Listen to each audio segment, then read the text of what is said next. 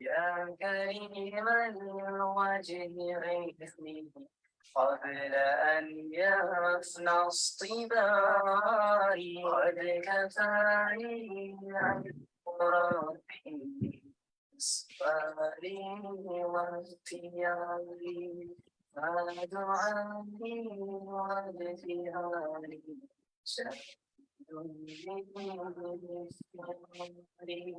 يا سريع المغفرة منك يدري سريعا يهزم العسر ويأتي بالذي أرجو جميعا يا قريبا يا مجيبا يا سميعا يا عليما. السلام علیکم ورحمۃ اللہ وبرکاتہ، وما توفیقی الا باللہ۔ ہم شروع کرتے ہیں انشاءاللہ۔ سورۃ یوسف تکمیل کو پہنچی، اللہ کا شکر ہے، اس کی بہت ہم تعریف ہے، اور انشاءاللہ ہم سورۃ الرعد کا آغاز کرتے ہیں آج سے انشاءاللہ۔ تو ہم شروع کرتے ہیں۔ الحمدللہ الذی نحمدہ ونستعینہ ونستغفرہ، نعوذ باللہ من شرور انفسنا ومن سیئات اعمالنا، من یہد اللہ فما یضل له ومن یضلل فلا ہادی له، اشہد ان لا الہ الا اللہ وحدہ لا شریک له واشہد ان محمدا عبدہ ورسولہ وسلم تسلیما کثیرا کثیرا، اما بعد فاعوذ باللہ من الشیطان الرجیم، بسم اللہ الرحمن الرحیم۔ الحمد للہ الولی الحمید الحی الذی لا يموت والدائم الذي لا يفوت، نحمده على هدايته وكفايته ونشكره على إحسانه ورعايته۔ تمام تعریفیں اللہ کے لیے ہیں جو مددگار اور تعریف کیا ہوا ہے۔ وہ ذات، وہ زندہ ذات ہے جس کو موت نہیں آتی، وہ قائم ذات ہے جو فوت نہیں ہوگی۔ ہم اس کے ہدایت دینے اور اس کے کافی ہونے پر اس کی حمد کرتے ہیں، اور اللہ واقعی ہم اس کی حمد کرتے ہیں الحمدللہ رب العالمین۔ اور خاص طور پر کہ ہمیں اس نے قرآن کی جو ہے تعلیم سے جو ہے ہمیں راستہ پیراستہ کیا ہے کہ ہم جمع ہوتے ہیں اور اس قرآن کو سمجھتے ہیں، پڑھتے ہیں، اور ہم اس کے احسانات اور اس کی مہربانیوں پر اس کا شکر ادا کرتے ہیں بے شک۔ چلیں اب ہم شروع کر رہے ہیں انشاءاللہ۔ سورۃ الرعد ہمارا 13واں پارہ ہے، اور سورۃ الرعد ہم شروع کر رہے ہیں۔ تو سورۃ الرعد، اس سورت کے مدنی یا مکی ہونے میں اختلاف ہے، لیکن اس کے مضامین اور اس کا انداز بیان، اس کے انداز اور اس کا انداز اس کے مکی ہونے کی طرف زیادہ مائل ہے۔ اس میں 43 آیات ہیں، 855 کلمات الفاظ ہیں، 3506 حروف ہیں، اور 6 رکوع ہیں۔ تو یہ بہت جلد ختم ہو جائے گی، بہت چھوٹی صورت ہے۔ سورہ یوسف میں ہم نے پڑھا تھا وَكَأَيٍّ مِّنْ آیَةٍ فِي السَّمَاوَاتِ وَالْأَرْضِ، آیت نمبر 105 میں وَكَأَيٍّ مِّنْ آیَةٍ فِي السَّمَاوَاتِ وَالْأَرْضِ يَمُرُّونَ عَلَيْهَا وَهُمْ عَنْهَا مُعْرِضُونَ۔ اسکرین پہ دیکھیں یہ آیت، آسمانوں اور زمین میں بہت سی نشانیاں ہیں جن سے یہ منہ موڑ گزر جاتے ہیں۔ عظمیٰ جی ذرا سب کو وہ کر لیں میوٹ، میں نے آپ کو کوس نہیں بنایا شاید، ہے نا؟ سب کو میوٹ کر دیں، ٹھیک ہے؟ تو اچھا میں کر دیتی ہوں۔ اس کے بعد جو ہے ہم دیکھتے ہیں، آپ نے کر لیا، مجھے کوسٹ کر لیا، میں نے کر دیا۔ تو میوٹ کر دیں سب کو۔ تو وَكَأَيٍّ مِّنْ آیَةٍ فِي السَّمَاوَاتِ وَالْأَرْضِ يَمُرُّونَ عَلَيْهَا وَهُمْ عَنْهَا مُعْرِضُونَ۔ آسمان و زمین میں بہت سی نشانیاں ہیں جن سے یہ منہ موڑ جاتے ہیں، یہ منہ موڑے گزر جاتے ہیں۔ یہ آیت پڑھی تھی ہم نے سورۃ یوسف میں۔ پھر اس کے بعد ہم دیکھتے ہیں کہ تو اللہ تعالیٰ نے اپنی بہت سی نشانیوں کی طرف، ہم اس صورت میں اللہ تعالیٰ ہم دیکھیں گے کہ اللہ تعالیٰ بہت سی نشانیوں کی طرف متوجہ کرتے ہیں، ان پر غور و فکر کی دعوت دیتے ہیں، نظر، عقل اور فکر کو استعمال کرنا سکھاتے ہیں۔ پھر ہم دیکھتے ہیں کہ موجودہ ہاں پھر ہم دیکھتے ہیں کہ سورہ یوسف کے آخر میں یہ آیت ہم نے پڑھی تھی، لقد کانا فی قصصہم، سورت یہ آخری آیت ہے 111 سورۃ یوسف کی، لقد کانا فی قصصہم عبرۃ لأولی الالباب ما کانا حدیثا یفترا ولکن تصدیق الذی بین یدیہ وتفصیل کل شیء وہدی ورحمۃ لقوم یؤمنون۔ ان کے بیان میں عقل والوں کے لیے یقیناً نصیحت اور عبرت ہے۔ یہ قرآن جھوٹ بنائی ہوئی بات نہیں بلکہ یہ تصدیق ہے ان کتابوں کی جو سے پہلے کی ہیں، یعنی تورات، زبور، انجیل، صحف ابراہیم و موسیٰ۔ کھول کھول کر بیان کرنے والا ہے یہ قرآن ہر چیز کو، اور ہدایت اور رحمت ہے ایماندار لوگوں کے لیے۔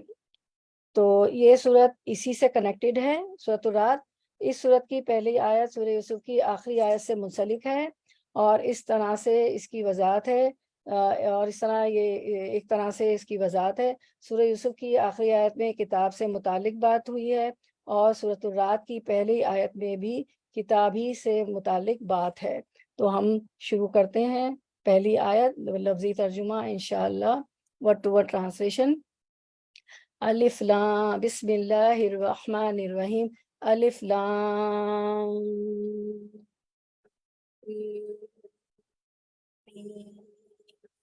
را، الف لام میم را، تل کا یہ آیات ہیں، الکتابی کتاب کی، والذی اور الذی جو کچھ انزلہ نازل کیا گیا، الیکا طرف آپ کی، بربکا آپ کے رب کی طرف سے، الحق حق ہے، ولیکن اور لیکن، اکثر الناسی لوگ، لا یؤمنون لا نہیں، یؤمنون وہ ایمان لاتے، لا یؤمنون نہیں وہ ایمان لاتے۔ رواں ترجمہ رننگ ٹرانسلیشن کی طرف آتے ہیں انشاءاللہ۔ رننگ ٹرانسلیشن، الف لام میم را، یہ کتاب الہی کی آیات ہیں، اور جو کچھ تمہارے رب کی طرف سے تم پر نازل کیا گیا ہے وہ عین حق ہے، مگر تمہاری قوم کے اکثر لوگ مان کر نہیں، لیکن تمہاری قوم کے اکثر لوگ مان نہیں رہے ہیں۔ تو چلے ہم آیت کی طرف آتے ہیں۔ الف لام میم را، الف لام میم را، یہ حروف مقطعات ہے، آپ سب کو پتہ ہے۔ آپ صلی اللہ علیہ وسلم نے اس کے بارے میں فرمایا کہ الف لام میم، الف جو ہے ایک حرف، اس پہ 10 نیکیاں، میم ایک حرف ہے اس پہ 20 نیکیاں، را ایک حرف ہے اس پہ 30 نیکیاں۔ تو ایک ایک حرف، ایک ایک حروف مقطعات پہ، حروف تہجی پہ جو قرآن کے شروع میں استعمال ہوئے ہیں، 10 نیکیوں کا ثواب ملتا ہے، یعنی سارے قرآن کے ایک ایک حرف پہ 10 نیکیوں کا ثواب ہے۔ تو یہ حروف مقطعات ہے۔ قرآن و حدیث میں اللہ اور رسول صلی اللہ علیہ وسلم نے اس کے متعلق کچھ بھی نہیں بتایا، تو ہمیں اس میں جانا نہیں چاہیے، لیکن مفسرین نے کچھ اس کے مطلب بھی نکالے ہیں، لیکن ہمیں اس کی کوئی صریح وضاحت نہیں ملتی۔ تو آگے ہم چلتے ہیں، جو بس اللہ نے کہہ دیا حروف مقطعات، اور یہ ایک چیلنج بھی تھا، کیونکہ عربوں کو اپنے عربی دان ہونے پہ بہت ناز تھا، وہ اپنی شاعری میں باتیں کرتے تھے، تو یہ ان کے لیے ایک چیلنج بھی ہے کہ تم ذرا مطلب تو نکال کے بتاؤ۔ تو جیسے کہ عربی دان ہو، ان کو اپنی عربی پہ بڑا ناز تھا، اور بڑی شاعری کرتے تھے، اور شاعری بھی لٹکا دیا کرتے تھے خانہ کعبہ میں، لیکن اس جیسا وہ کوئی بھی کلام نہیں لا سکے۔ تو یہ ایک چیلنج بھی تھا کفار مکہ کو۔ تل کا یہ آیات ہیں، یہ کے لیے آتا ہے ہاذی، تو جب لیکن تل کا، ذالکا وہ کے لیے آتا ہے، لیکن جب تل کا آ جاتا ہے یہ کے معنی میں، حالانکہ وہ معنی ہوتا ہے، تو یہ ایک امپورٹنس اور بڑی اہمیت کی بات ہوتی ہے۔ تل کا یہ آیات ہیں، آیت ان کی جمع، الکتاب کتاب کی، والذی اور الذی جو کچھ، والذی اور جو کچھ انزلہ نازل کیا گیا، الیکا طرف آپ کے، من ربکا آپ کے رب کی طرف سے، الحق حق ہے، ولیکن اور لیکن، اکثر الناسی لوگ، لا یؤمنون نہیں وہ ایمان لاتے۔ رواں ترجمہ انشاءاللہ، رننگ ٹرانسلیشن، الف لام را، یہ کتاب الہی کی آیت ہے، جو کچھ تمہارے رب کی طرف سے تم پر نازل کیا ہے وہ عین حق ہے، مگر تمہاری قوم کے اکثر لوگ مان نہیں رہے۔ آیت کی طرف آتے ہیں انشاءاللہ۔ الف لام را، الف لام میم را، یہ حروف مقطعات ہے. تل کا آیات الکتابی، یہ قرآن کی آیات ہیں. یہ جو ہم آیتیں پڑھ رہے ہیں قرآن کی آیات ہیں. والذی انزل الیک من ربک، اور جو ہے جو کچھ آپ کی طرف آپ کی رب کی جانب سے اتارا جاتا ہے وہ کیسا ہے؟ الحق، وہ حق ہے، وہ سچ ہے. لیکن اس کے سچ ہونے کے باوجود بھی ولیکن اکثر الناس لا یؤمنون، سب حق ہے لیکن اکثر لوگ ایمان نہیں لاتے. اور وہ ہم دیکھ رہے ہیں کہ اتنی ہٹ درمی کرتے تھے کہ پیغمبروں کی بات نہیں مانتے تھے، آپ صلی اللہ علیہ وسلم کی بھی بات نہیں مانتے تھے، ایمان نہیں لاتے تھے. تو صورتوں کے شروع میں جو حروف مقطعات آتے ہیں ان کی وہ تو جس صورت کے اول میں یہ حروف آئے ہیں وہاں عموماً یہی بیان ہوتا ہے کہ قرآن کلام اللہ ہے. جب بھی یہ حروف مقطعات آتے ہیں تو عموماً یہی بیان ہوتا ہے اس کے بعد کہ قرآن کلام اللہ ہے، اس میں کوئی شک و شبہ نہیں. چنانچہ یہاں بھی ان حروف کے بعد فرمایا یہ کتاب کی یعنی قرآن کی آیتیں ہیں. اس کے بعد ہم آیت نمبر 2 پہ آتے ہیں. اب آیت نمبر 2 اور 3 میں جو ہے 2 اور 3 میں آیت نمبر 2 میں وٹ ٹرانسلیشن کرتے ہیں عالم علوی. علو کہتے ہیں اونچا، اوپر، ٹھیک ہے. علو آسمان بھی علو ہے نا، اوپر ہے. تو عالم علوی. اور آیت نمبر 3 میں عالم سفلی. عالم علوی یعنی کہ آسمانوں کی بات کی گئی ہے آیت نمبر 2 میں، اور آیت نمبر 3 میں عالم سفلی یعنی کہ زمین کی بات کی گئی ہے. تو عالم علوی اور عالم سفلی کے انواع اور اقسام کے متعلق ہم جانیں گے آیت نمبر 2 اور 3 میں. The upper world skies and the lower world earth کے بارے میں انشاءاللہ. تو ورڈ ٹو ورڈ ٹرانسلیشن آیت نمبر 2. اللہ، اللہ الذی، وہی ہے جس نے رفع بلند کیا سماواتی آسمانوں کو، سما کی جمع بغیری بغیر. دیکھیں ایک لفظ کتنا ملتا جلتا ہے، ہم بھی بغیر کہتے ہیں نا، یہ بغیری بغیر، آمدن ستونوں کے، ترونہا تم رونا دیکھتے ہو، ہا جنہیں، ترونہا تم دیکھتے ہو جنہیں، تم ماں پھر، استوا وہ بلند ہوا، علی العرشی اعلیٰ پر، العرشی عرش، علی العرشی عرش پہ، عرش پر، وسخرا و اور سخرا اس نے مسخر کیا، الشمسا سورج، والقمرا و اور القمرا چاند کو، والقمرا اور چاند کو. رواں ترجمہ انشاءاللہ. رننگ ٹرانسلیشن آیت 2. آیت 2 کا رننگ ٹرانسلیشن. اللہ وہ ہے جس میں آسمانوں کو بغیر ستونوں کے بلند رکھا اور کہ تم اسے دیکھ رہے ہو، پھر وہ عرش پر قرار پکڑے ہوئے ہے. اسی نے سورج اور چاند کو ماتحتی میں لگا رکھا ہے، ہر ایک میعاد معین، ہر ایک میعاد معین پر گشت کر رہا ہے. اور وہی کام کی تدبیر کرتا ہے، وہ اپنے نشانات کھول کھول کر بیان کر رہا ہے کہ تم اپنے رب کی ملاقات کا یقین کر لو. تو ہم جو ہے آیت کی طرف آتے ہیں انشاءاللہ. اللہ الذی، اللہ وہ ذات ہے، کیا کیا اس نے، رفع السماوات بغیر امد، اللہ وہ ذات ہے جس نے آسمانوں کو بغیر ستونوں کے بلند رکھا ہے، تاکہ کیا ہو، ترونہا تاکہ تم اسے دیکھ رہے ہو. ثم استوى علی العرش، پھر وہ عرش پر قرار پکڑے ہوئے ہے.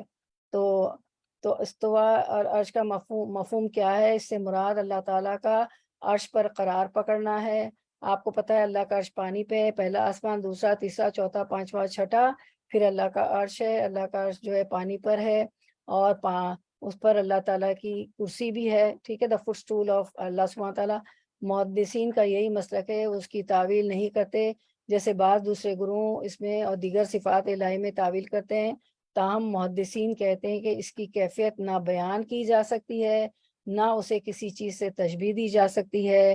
اور ہم نے پڑھا جب آپ رسول اللہ صلی اللہ علیہ وسلم کو معراج ہوئی تو جبریل علیہ السلام آپ کے ساتھ تھے، پہلے آسمان سے لے کے 7ویں آسمان تک جہاں بیری کا پیڑ تھا، اور پھر اس سے اوپر جبریل علیہ السلام نے آپ صلی اللہ علیہ وسلم کا ساتھ چھوڑ دیا اور فرمایا تھا کہ اوپر والے اب نیچے نہیں آ سکتے، نیچے والے اوپر نہیں جا سکتے، کہ میں اب یہاں سے اوپر نہیں جا سکتا ہوں. تو آپ صلی اللہ علیہ وسلم نے فرمایا تھا کہ کیا کوئی اپنے ساتھی کو اس طرح چھوڑ سکتا ہے؟ تو انہوں نے کہا تھا کہ اس سے اوپر والے نیچے نہیں آ سکتے، اب ساتھ میں آپ آسمان سے اوپر والے، اور یہاں سے یہاں والے جو اوپر نہیں جا سکتے. تو یہ ہمیں معراج کی حدیث میں بھی پتہ چلتا ہے۔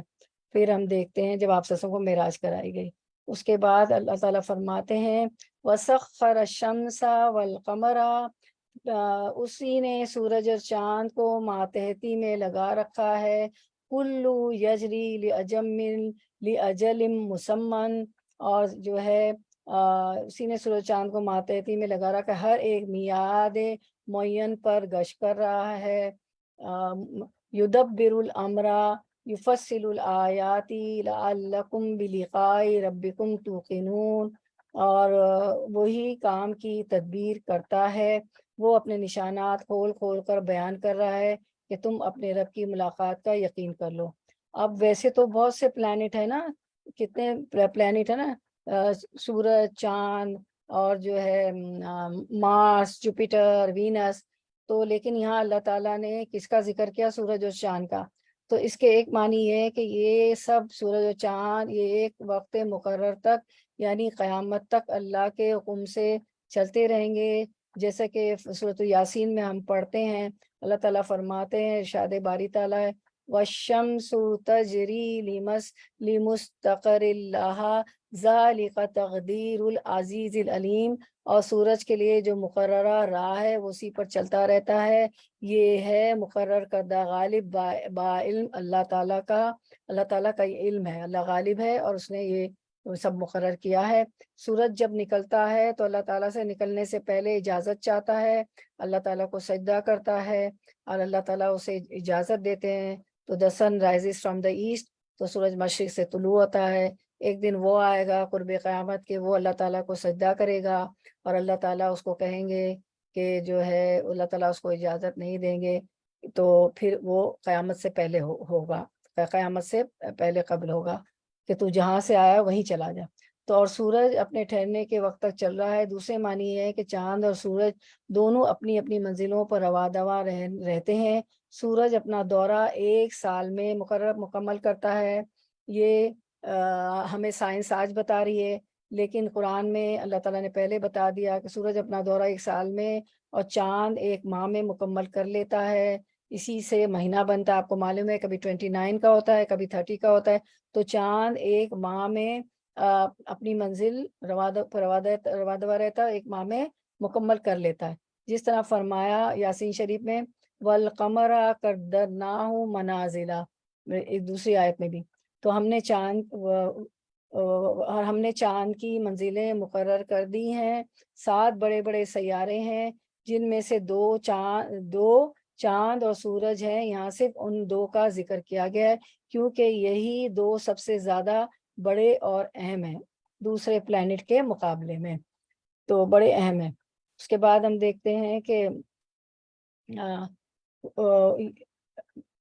اچھا وہ بڑے اہم ہیں، تو اللہ تعالیٰ فرماتے ہیں چاند اور سورج یہاں سے ان 2 کا ذکر ہے کیونکہ یہی وہ سب سے زیادہ بڑے اور اہم ہیں۔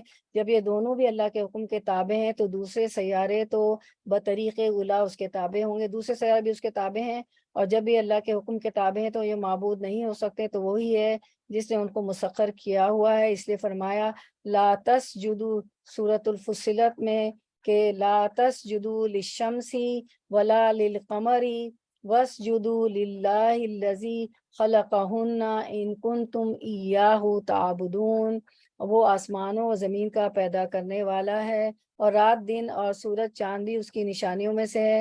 تم سورج کو سجدہ نہ کرو نہ چاند کو، بلکہ سجدہ اس اللہ کے لیے کرو جس نے سب کو پیدا کیا، اگر تمہیں اسی کی عبادت کرنی ہے تو اسی لیے جب اس کا وقت ہو جاتا ہے، سن رائز ہو جاتا ہے، تو ہم 15 منٹ ٹھہر کے نماز پڑھتے ہیں، کیونکہ اشراق پڑھتے ہیں، کیونکہ اس وقت جو ہے سورج کے پجاری جو ہوتے ہیں وہ سجدہ کر رہے ہوتے ہیں سورج کو، ٹھیک ہے۔ تو چاند کو سجدہ نہ کرو، اس اللہ کو سجدہ کرو جس نے انہیں پیدا کیا، اور اگر تم صرف اس کی عبادت کرنا چاہتے ہو۔ پھر سورۃ النحل میں فرمایا والشمس والقمر والنجوم مسخرات بامرہ، سورج، چاند اور تارے سب اس کے حکم کے تابع ہیں۔ تو کمال قدرت اور عظمت سلطنت ہے کہ بغیر ستونوں کے آسمان کو اس نے بلند و بالا اور قائم رکھا ہے۔ زمین سے آسمان کو اللہ نے کیسا اونچا کیا اور صرف اپنے حکم سے اسے ٹھہرایا، جس کی انتہا کو کوئی نہیں پاتا، آسمان دنیا ساری زمین کو اور جس کے ارد گرد پانی ہوا وغیرہ سب کو احاطہ کیے ہوئے ہے، اور ہر طرف سے برابر اونچا ہے آسمان دنیا، زمین سے 500 سال کی راہ پر ہے، ہر جگہ سے اتنا ہی اونچا ہے، پھر اس کی اپنی موٹائی اور 500 سال کے فاصلے کا ہے، پھر دوسرا آسمان اس آسمان کو بھی گھیرے ہوئے ہے، اور پہلے سے دوسرے آسمان تک کا فاصلہ وہی 500 سال کا ہے، اسی طرح تیسرا، پھر چوتھا، پھر پانچواں، پھر چھٹا، پھر ساتواں، جیسے فرمان الہی اللہ الذی خلق سبع سماوات ومن الارض مثلہن، یعنی اللہ نے 7 آسمان پیدا کیے ہیں اور اسی کے مثل زمین، یعنی زمین بھی 7 ہے، اور آپ سب نے فرمایا کہ 7 زمین میں تمہاری طرح کے آدم ہیں، عیسیٰ ہیں، موسیٰ ہے، واللہ عالم، ہم آپ سب نے بتا دیا، ہم آمنا صدقنا، ہمیں نہیں معلوم اس کی کیفیت کیا ہے۔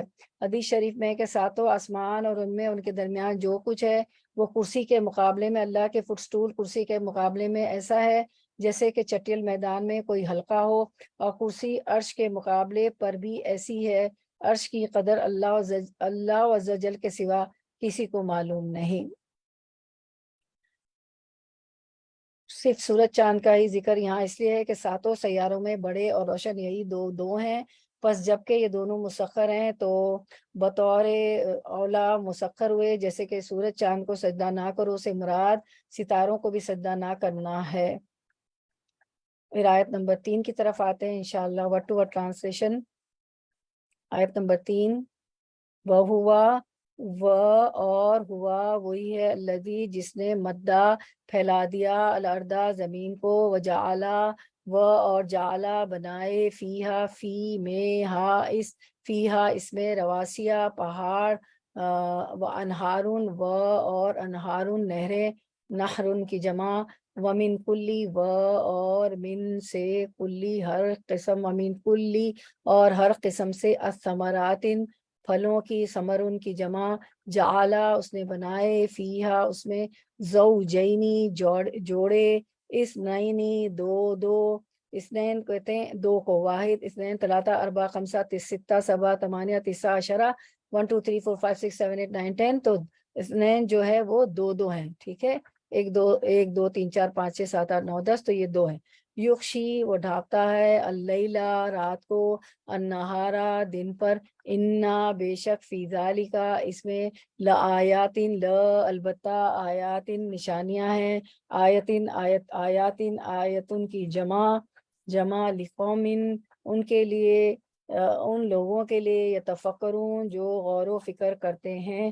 تو ہم اب آیت کی طرف آتے ہیں، رواں ترجمہ انشاءاللہ، رواں ترجمہ آیت نمبر 3، رننگ ٹرانسلیشن۔ اور وہی ہے جس نے زمین پھیلا رکھی ہے، اس میں پہاڑوں کے کھوٹے گاڑ رکھے ہیں اور دریا بہا دیے ہیں، اسی نے ہر طرح کے پھلوں کے جوڑے پیدا کیے ہیں، وہی دن پر رات تاریک کرتا ہے، ان ساری چیزوں میں بڑی نشانیاں ہیں ان لوگوں کے لیے جو غور و فکر سے کام لیتے ہیں۔ آیت کی طرف آتے ہیں،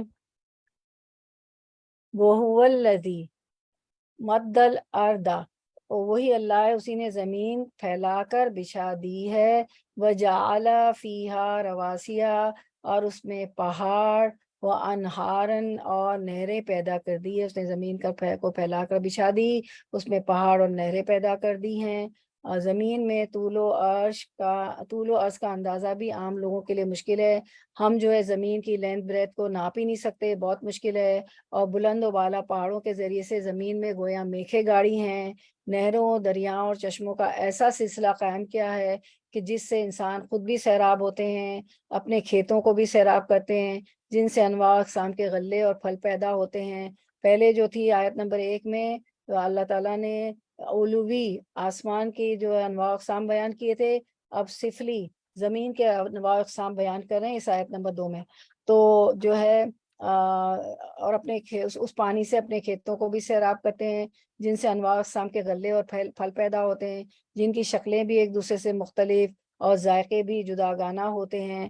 پھر آگے اللہ تعالیٰ فرماتے ہیں کہ اور اس میں ہر قسم کے پھلوں کے جوڑے، جعل فیہا زوجین اثنین، اور اس میں ہر قسم کے پھلوں کے جوڑے دوہرے پیدا کر دی، اثنین دو، اور زوج کہتے ہیں جوڑے کو، ٹھیک ہے، پیدا کر دیے.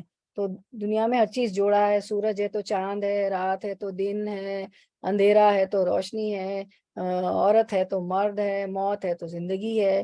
اس کا ایک مطلب تو یہ ہے کہ نر مادہ دونوں بنائے، جیسے کہ موجودہ تحقیقات نے بھی اس کی تصدیق کر دی ہے. دوسرا مطلب زوجین کا، جوڑے جوڑے کا یہ ہے کہ میٹھا اور کھٹا. دیکھیں نا، سب کا اپوزٹ ہے نا سب کے جوڑے، سرد اور گرم، ٹھنڈا اور گرم، ہاٹ اینڈ کولڈ، سیاہ اینڈ سفید، وائٹ اینڈ بلیک.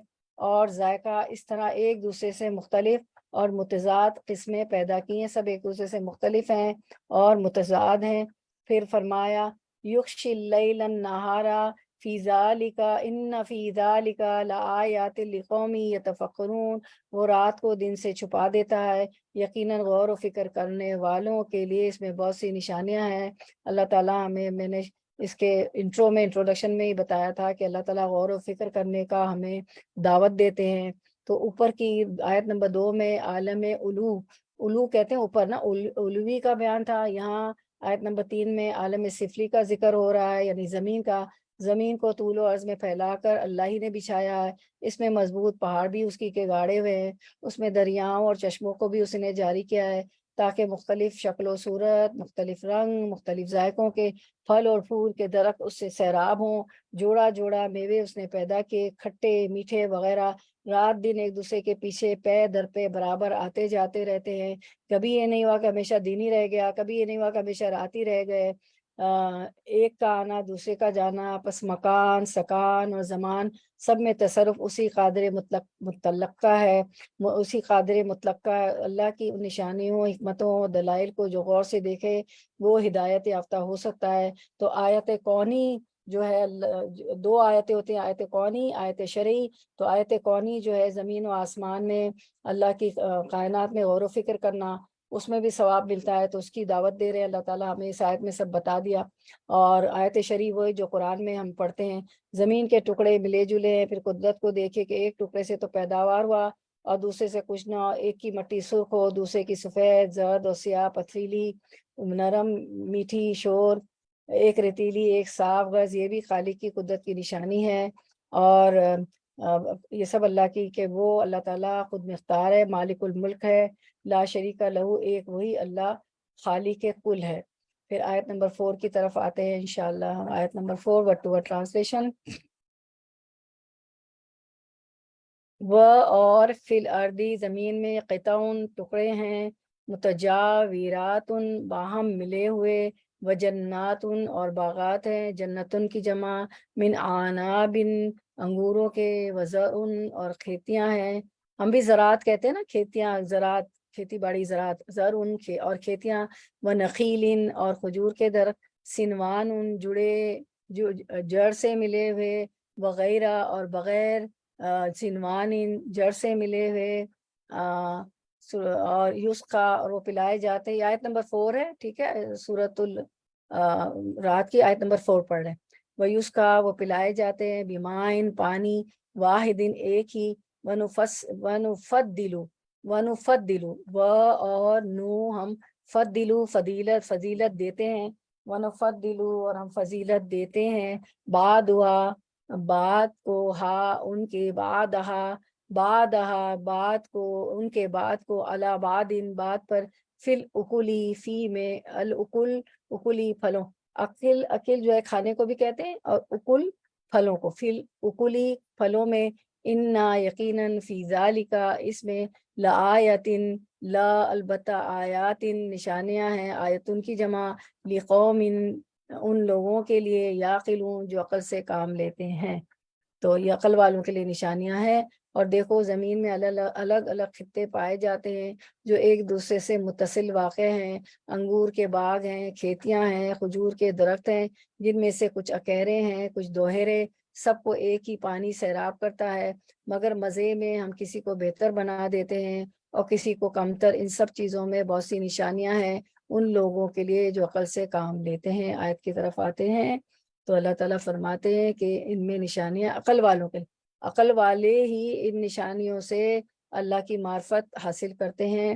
تو اللہ تعالیٰ فرما رہے ہیں کیا فرمایا زمین میں مختلف ٹکڑے ایک دوسرے سے لگتے لگاتے ہیں. وفی الارض قطع متجاورات کے زمین میں مختلف ٹکڑے ایک دوسرے سے لگتے لگاتے ہیں. متجاورات ایک دوسرے کے قریب، اور متصل یعنی زمین کا ایک حصہ شاداب اور زرخیز خوب پیداوار دیتا ہے، اس کے ساتھ ہی زمین شور ہے جس میں کسی قسم کی بھی پیدا نہیں ہوتی. زمین ساری ہے نا، ایک ہی زمین کو زمین کہتے ہیں، لیکن کچھ بڑی شاداب ہوتی ہے زمین، کچھ جو ہوتی ہے کچھ بھی پیدا نہیں کرتی، اس میں کسی قسم کی بھی پیداوار نہیں ہوتی. پھر آگے اللہ تعالیٰ فرماتے ہیں کہ اور انگوروں کے باغات فرماتے ہیں وَنَخِيلٌ سنوان وغیر سنوان، اور انگوروں کے باغات اور کھیت کہتے ہیں اللہ تعالیٰ وجنات من اعناب وزرع ونخیل وسنوان وغیر سنوان، اللہ تعالیٰ کہتے ہیں اور انگوروں کے باغات ہیں، اعناب انگور، وزرع کھیت اور کھیت ہیں، ونخیل کھجوروں کے درخت ہیں، سنوان وغیر سنوان، اور بعض اور شاخدار اور بعض ایسے جو بے شاخ ہیں. تو یہاں سنوان کے ایک معنی ملے ہوئے، اور جو غیر سنوان جو ہے غیر سنوان جو ہے وہ جدا جدا کیے ہوئے. دوسرا معنی سنوان ایک درخت جس کی کئی شاخیں اور تنے ہوں، جیسے انار، انجیر اور بعض کھجوریں. تو جو ہے سنوان و غیر سنوان، سنو سے سواد نون واو، تو السنو کسی درخت کے جڑ سے جو مختلف شاخیں پھوٹتی ہیں، ان میں سے ہر ایک کو سنو کہا جاتا ہے، سواد نون واو.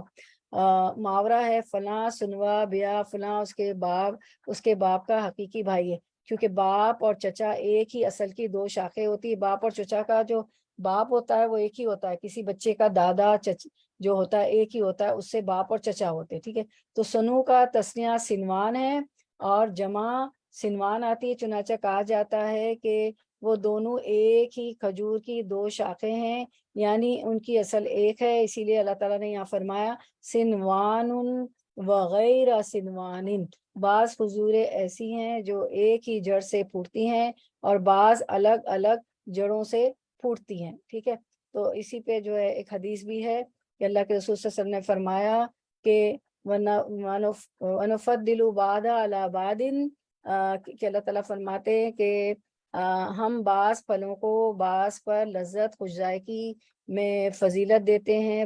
اور رات اس آیت میں فرمایا اس سے مراد ردی اور سوکھی کھجوریں ہیں، فارسی کھجوریں ہیں، میٹھی اور کڑوی کسیلی کھجوریں ہیں. تو ہم آگے دیکھتے ہیں ہاں پھر اللہ تعالیٰ آگے فرماتے ہیں سنوان ہم نے پڑھا، اب ہم آگے دیکھتے ہیں آیت میں اللہ تعالیٰ فرماتے ہیں کہ اچھا اور بعض ایسے ہیں جو بے شاک ہیں، سب ایک ہی پانی پلائے جاتے ہیں، پھر بھی ہم ایک کو ایک پر پھلوں میں برتری دیتے ہیں. اس میں عقل مندوں کے لیے بہت سی نشانیاں ہیں، یعنی کہ ہم دیکھتے ہیں کہ زمین بھی ایک، پانی ہوا بھی ایک، زمین بھی ایک ہے، پانی ہوا بھی ایک جیسا ہی ملتا ہے زمین کو، لیکن پھل اور غلہ مختلف قسم کے اگتے ہیں، ان کے ذائقے اور شکلیں بھی ایک دوسرے سے مختلف ہوتی ہیں. سبحان اللہ. تو یہاں پہ اللہ تعالیٰ یہ فرمایا گیا کہ جو ہے برا رضی اللہ عنہ فرماتے کہ ایک جڑ یعنی ایک تنے میں ایک شاخدار درخت کھجور ہوتے ہیں، اور ایک تنے پر ایک ہی ہوتا ہے، یعنی سنوان اور غیر سنوان.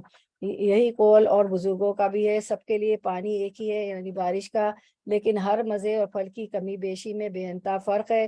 کوئی میٹھا ہوتا ہے، کوئی کھٹا ہوتا ہے.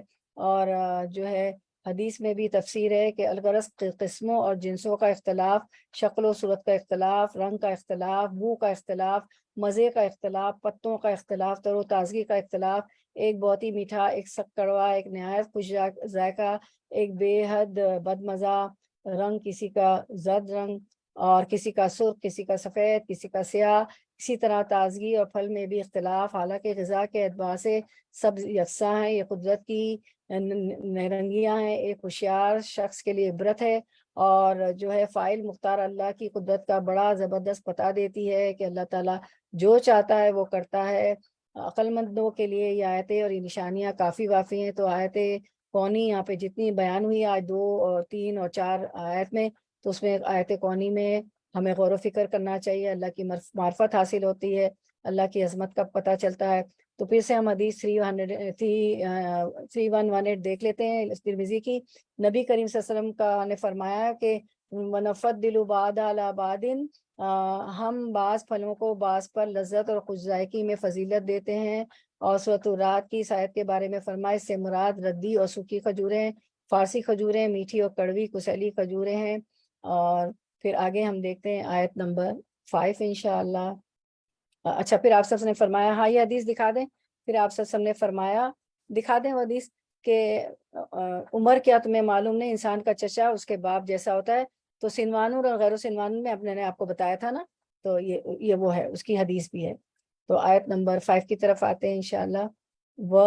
اور ان اگر تعجبا تم تعجب کرتے ہو، فعجب ان تو قابل تعجب ہے، قولہم بات ان کی، اذا کیا، اذا جب، کننا ہو جائیں گے ہم، ترابن مٹی، انا کیا، انا بے شک ہم، اچھا میں کا مطلب کیا ہے نا، تو کیا گرامیٹیکلی اس کو کیا کہیں گے؟ کوئی انمٹ کے کون سا حروف ہے؟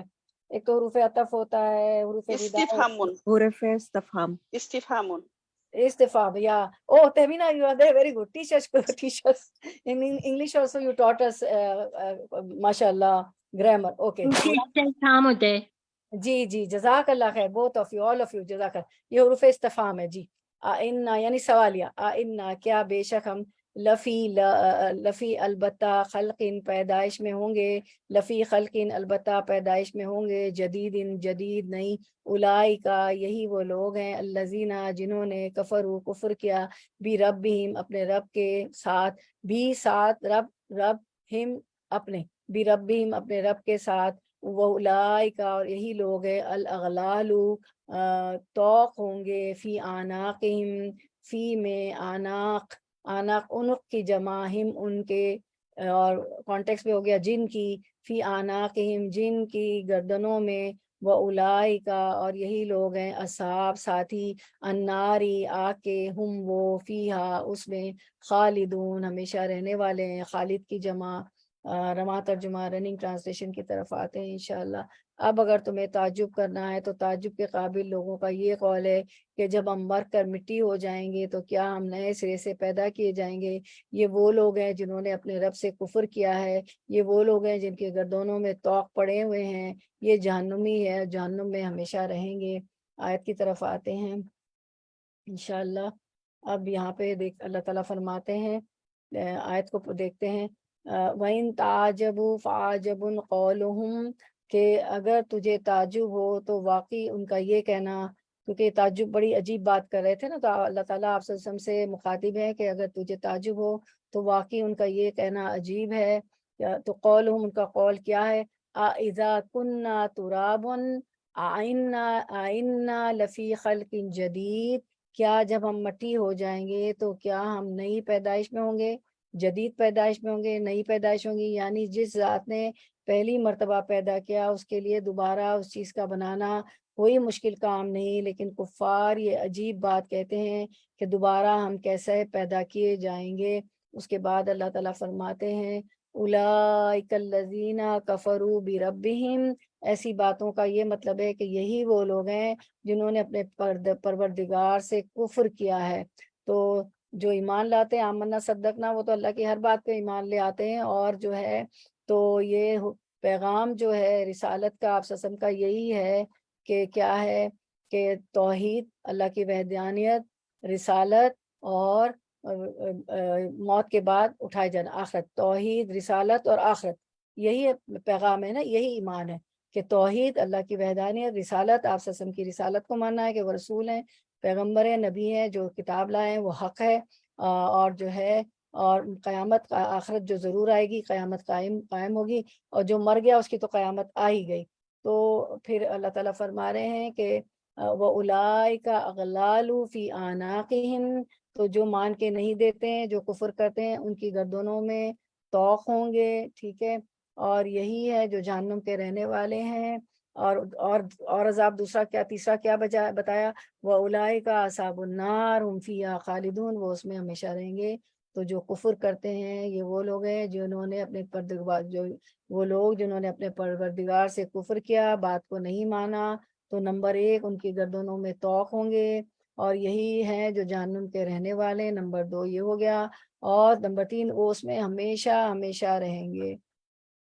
تو علامات قدرت دیکھ کر بھی یہ قیامت کے منکر تھے۔ اللہ تبارک و تعالیٰ اپنے نبی سے فرماتا ہے آپ ان کے جھٹلانے کا کوئی تعجب نہ کرے، یہ ہیں ہی ایسے، اس قدر نشانیاں دیکھتے ہوئے، اللہ کی قدرت کا ہمیشہ مطالعہ کرتے ہوئے، اسے مانتے ہوئے کہ سب کا خالق اللہ ہی ہے، پھر بھی قیامت کے منکر ہوتے ہیں۔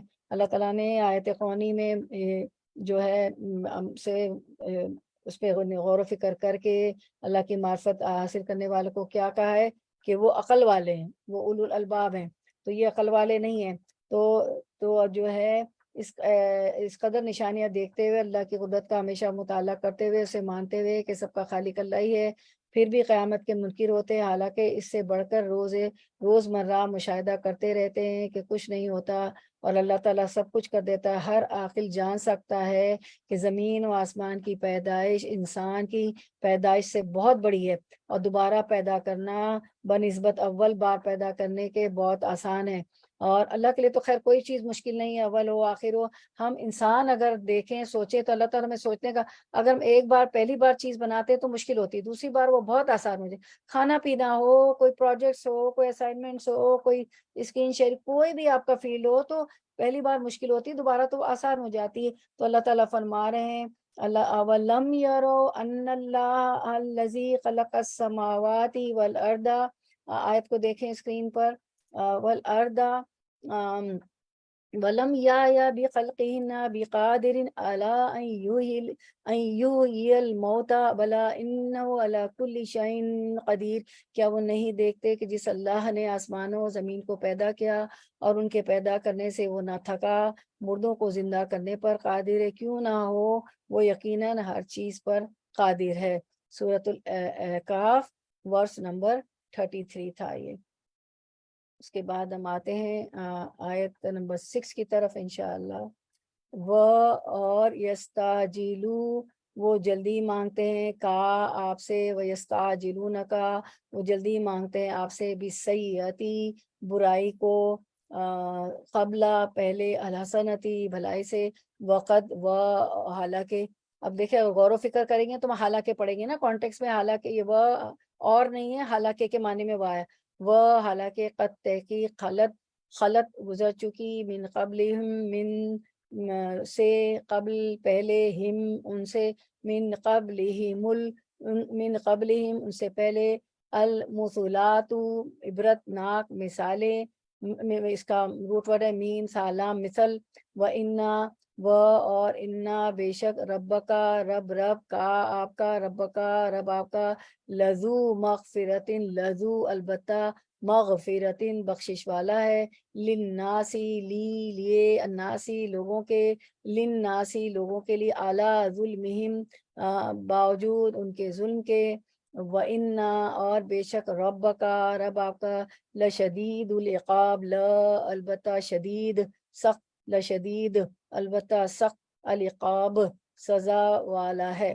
اچھا، اب دال اور با پہ کیا ہوگا؟ تجوید کا رول بتائے زائد، دال اور با پہ آپ کیا کریں گے؟ تجوید کا رول بتائے گا کوئی انمیوٹ کر کے؟ قلقلہ، قلقلہ، جزاک اللہ خیر۔ قلقلہ کے کتنے حرف ہیں؟ 5، جی، کون کون سے؟ کاف، طا، با، جیم، دال۔ ویری گڈ، جزاک اور اللہ، جیم دال۔ بارک اللہ فی علم، اللہ تعالیٰ آپ کے علم میں برکت ہے، خود بجد وے، جزاک اللہ خیر، ماشاء اللہ، احسنتی۔ چلیں اب رننگ ٹرانسلیشن پہ تھے نا ہم؟ جی، یہ لوگ بھلائی سے میں نے کہا پہلے پوچھ لوں بھول نہ جاؤں یہ لوگ بھلائی سے پہلے برائی کے لیے جلدی مچا رہے ہیں، حالانکہ ان سے پہلے جو لوگ اس روش پر چلے ہیں ان پر خدا کے عذاب کی عبرتناک مثالیں گزر چکی ہیں، لیکن حقیقت یہ ہے کہ تیرا رب لوگوں کی زیادتیوں کے باوجود ان کے ساتھ چشم پوشی سے کام لیتا ہے، اور یہ بھی حقیقت ہے کہ تیرا رب سخت سزا دینے والا ہے۔ آیت کی طرف آتے ہیں انشاءاللہ اور پھر دیکھتے ہیں آیت کو انشاءاللہ۔ جی،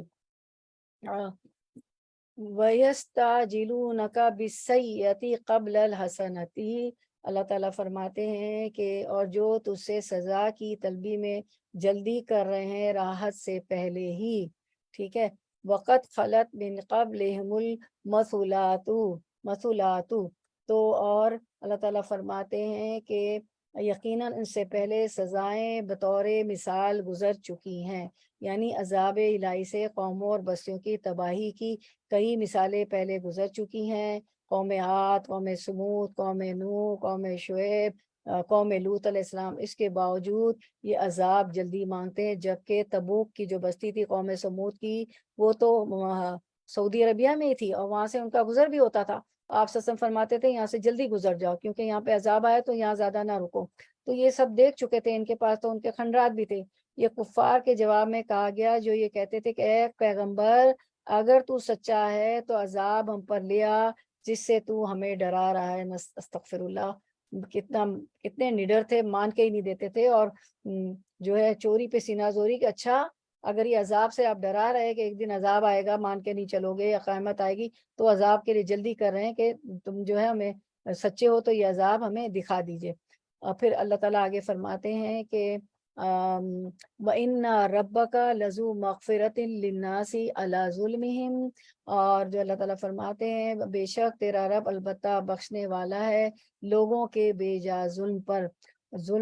لوگ ظلم کرتے ہیں، اللہ کو مان کر نہیں دیتے ہیں، لیکن اللہ تعالیٰ فرما رہے ہیں کہ ان کے ظلم کے باوجود بھی اللہ تعالیٰ فرماتے ہیں کہ اللہ تعالیٰ جو ہے ان کے ظلم کے باوجود بھی ان کو اللہ تعالیٰ ڈھیل دیے جا رہے ہیں. اللہ تعالیٰ ان پہ عذاب نہیں لاتا ہے. عذاب میں کتنی ڈھیل دی جاتی نا.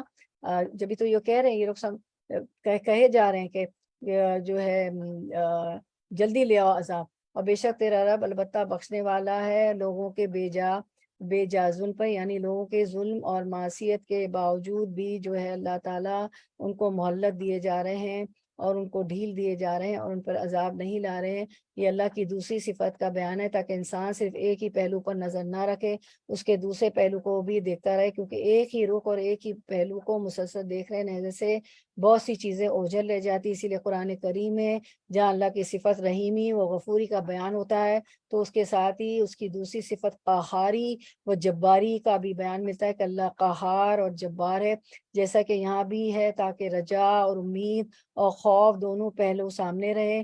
کیونکہ اگر امید سامنے رہے تو کیا ہوتا ہے، انسان معصیت پر، گناہ پر، معصیت الہی پر، گناہ پر دلیر ہو جاتا ہے.